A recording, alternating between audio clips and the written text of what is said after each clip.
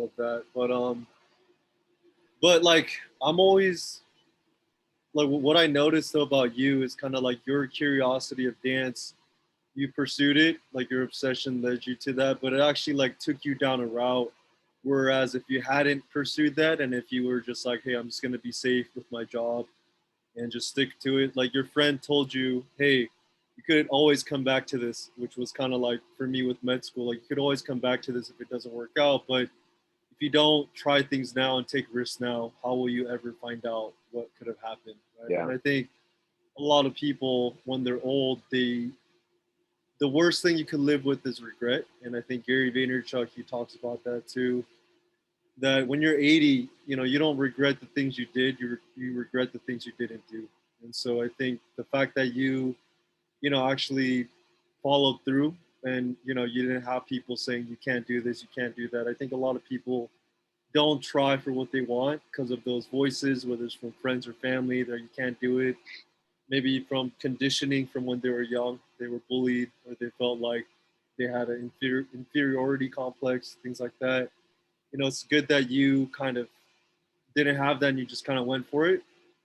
And it's like if you're not going to do it, who's going to do it? If you're not going to try and take risks, who's going to do that for you? Your parents can't do that. It's only up to you. And so I think that's great. But I also want to ask, like, wasn't there also uncertainty because you have like bills you have to pay? You weren't married, but I think a big reason why people don't take risks is also like, hey, I need to pay for my bills.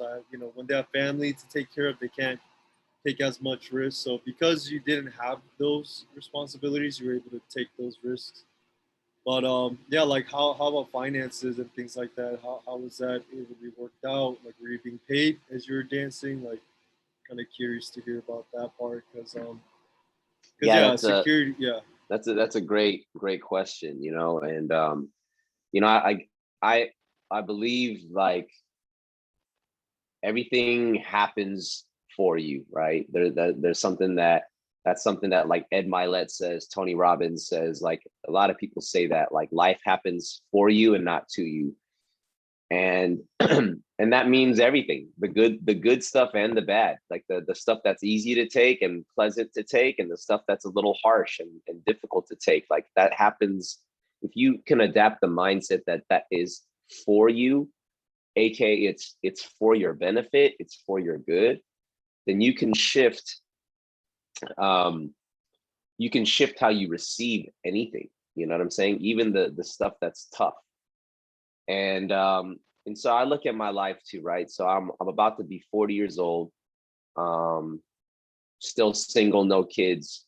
And then I look at my friends and my peers who are my age or even younger, married, kids.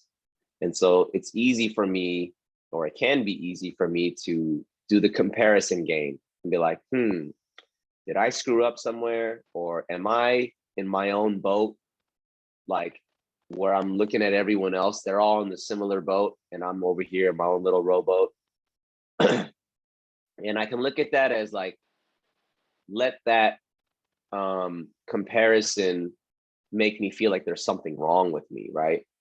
But one thing that I've definitely learned, and this may come from my faith in God, like I'm a Christian, and I believe that like God is fully in control and his timing is impeccable, even when it seems like it's taking forever, like, and my the analogy that I like to you know look at when it comes to time is seasons, right? The seasons of the way that the world works, from winter, spring, fall, summer, like all this stuff, things happen within those seasons, right? Like you can't grow a tree in a night. You have to first plant the seed, water it, let the sun and soil do its thing, and then eventually you'll start to see a sprout, and then eventually that sprout turns into a plant, into a tree, and bears fruit, and then the fruits fall, the leaves fall, and it recycles back. So my point is this, like, if you are wanting an orange tomorrow, and you plant an orange tree seed in the ground tonight, you're not going to get an orange tomorrow. It's gonna take a long time for that seed to produce that orange.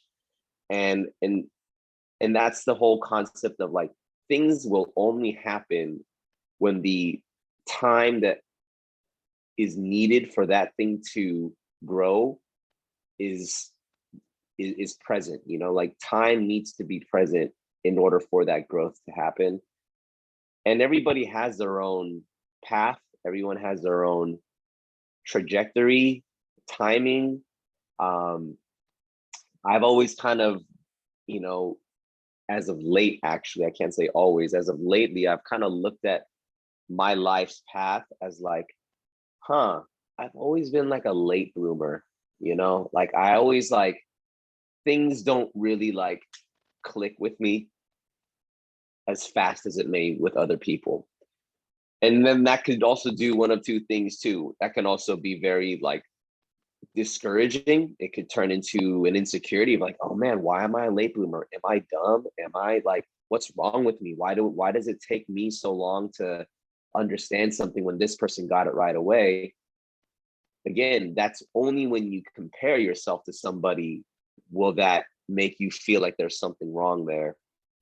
So what I've learned is that, okay, I'm a late bloomer. That's fine. That was how God had created me, and he set me on my path.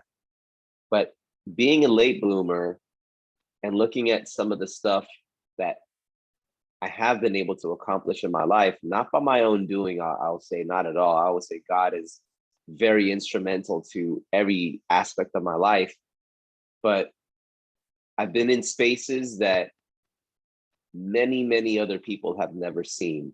Many, many people have never touched.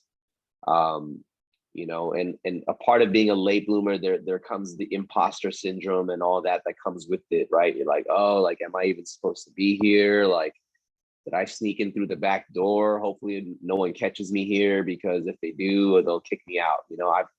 I've had that / have that all the time, but for me, going back to being curious, which curiosity leads to unconventional pursuits, which is fueled by this relentless ambition to just figure it out.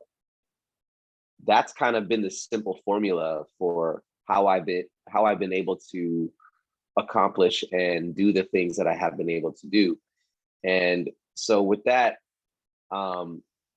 I'm kind of like learning to embrace the fact that, like, yeah, sometimes by a certain age, people think, oh, but you're this old, you should be living in this type of a house, driving this type of a car, have this many kids, and make this much money.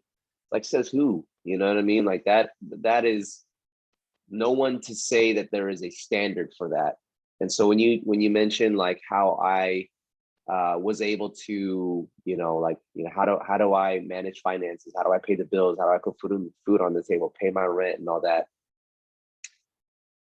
When there's a will, there's a way, And one thing that I know about, let's just say dancers, and I'm not going to just limit it to dancers, I'll say dancers because that was kind of the path that I chose to do it.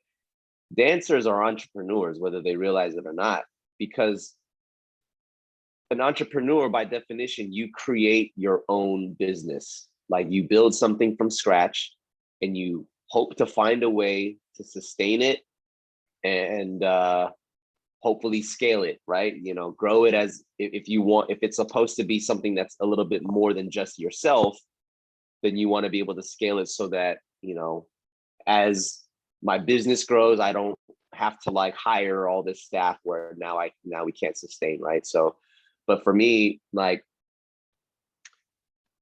I was always very good at figuring out, how am I going to make money with this?